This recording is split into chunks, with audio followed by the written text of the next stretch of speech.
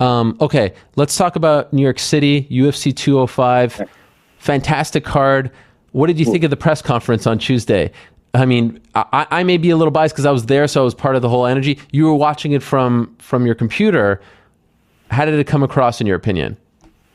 I think it came across beautifully. I mean, it seemed like it was just full of energy. Yeah. And it felt historic. It felt like we've been waiting for this for years at this point. And I think you guys have talked about it already, where it's just for several weeks, for several months at this point, it felt like this was going to be anticlimactic, and we weren't going to be able to reach the heights that we thought this card should be.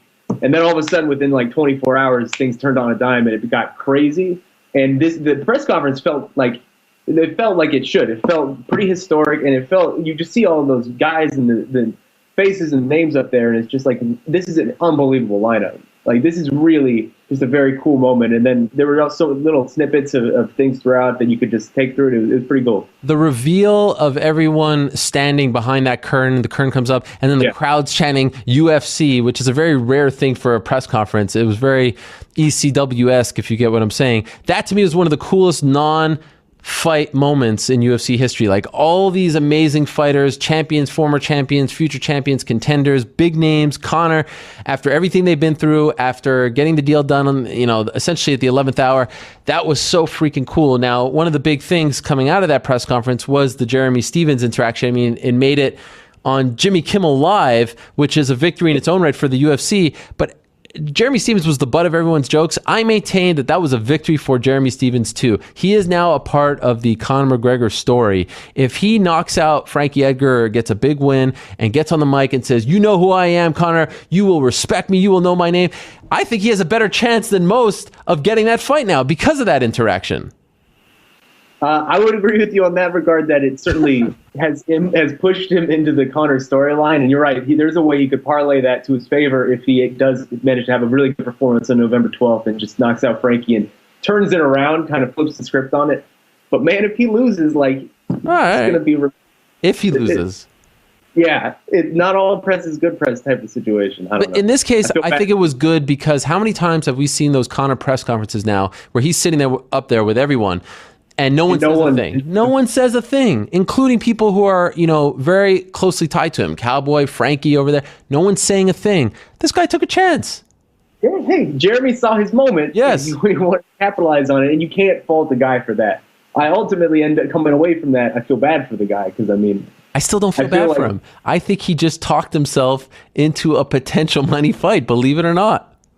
If you're going at a firefight with Conor, I feel like you got to bring your best stuff. And I don't think he was prepared enough for that, man. Now, I will say Conor's delivery, his reaction, like taking the beat, looking over, and then saying what he said was pretty damn brilliant. I mean, he has no contemporary. The leprechaun and the "oh good one" is the one that really sold it. It's just like, oh man. At this point, it's pretty safe to say that if Conor is not on the card, it doesn't feel as big. Like, he ups the ante that much more than anyone. Like, I think a Conor McGregor card, and this is just the truth, Conor McGregor card against anyone, Mr. X, Jeremy Stephens, Eddie Alvarez, Jose Aldo, feels bigger than any other potential card that they could put together with the biggest names possible, including Ronda Rousey. He just brings something different to the table, from the press conferences to the media to the fight, everything. I agree with you, and I think it's interesting the level of dialogue we've gotten in regards to a Conor McGregor press conference now is a different type of dialogue that takes place at any of the press conferences. You have him taking shots at Eddie Alvarez for not renegotiating his contract. Like, all of these different nuances to the behind-the-scenes stuff, he brings it out and just talks about it in a very matter-of-factly way. And I think that's interesting because I can't think of anybody else who ever really does that. No, it is unprecedented. You're right. It adds a different level of, like, everything feels big around him. But I would say that I think maybe a Ronda Rousey return might feel big. It's just we just don't know yet. We have no idea. No, I know. It's just the way he acts at the press conferences, and he riles people up and he feeds off the crowd. This is not me being a Conor nut hugger. This is me being a realist. Anyone who refuses to recognize this at this point, you're just blind. I don't know why you're jealous. I don't know what it is, but you got to face facts. Now, the flip side to all of this, there's a few unhappy fighters, most notably Jose Aldo, who wants to be released. How do you think this plays out? Do you think he gets what he wants? Does he get the release? Or is this just his way of trying to get more money, a favorable fight? What do you think happens to Jose Aldo in the UFC? I don't think this is his way of trying to get more money. I mean, that guy does not strike me as a guy who cares so much about money to where he would make this a thing over money. I think he genuinely feels slighted and genuinely feels like he was disrespected, and I think that's more important to him than anything. But the UFC is a business, man, and we always come back to this. The UFC is ultimately a business, and they're going to do what's best for business. I think it'd be insane for them to cut or to release the greatest featherweight of all time, probably. Like it's Bellator or World Series or ONE FC, all of these organizations would jump at the opportunity to sign a guy like Jose Aldo. I mean, he's you're talking about like a top 10 guy in the history of our sport.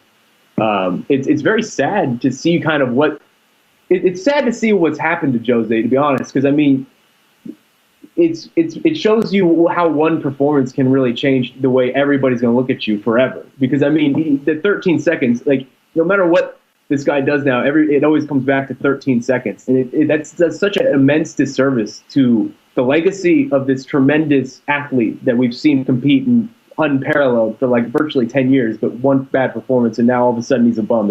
It's sad to see it. It's unfortunate. And it has been brewing for quite some time, this rift between him and the UFC. I do agree. I hope that they figure it out. I don't know what's going to happen, but I don't think that this is him playing games. I think he is being very genuine when he says he wants out.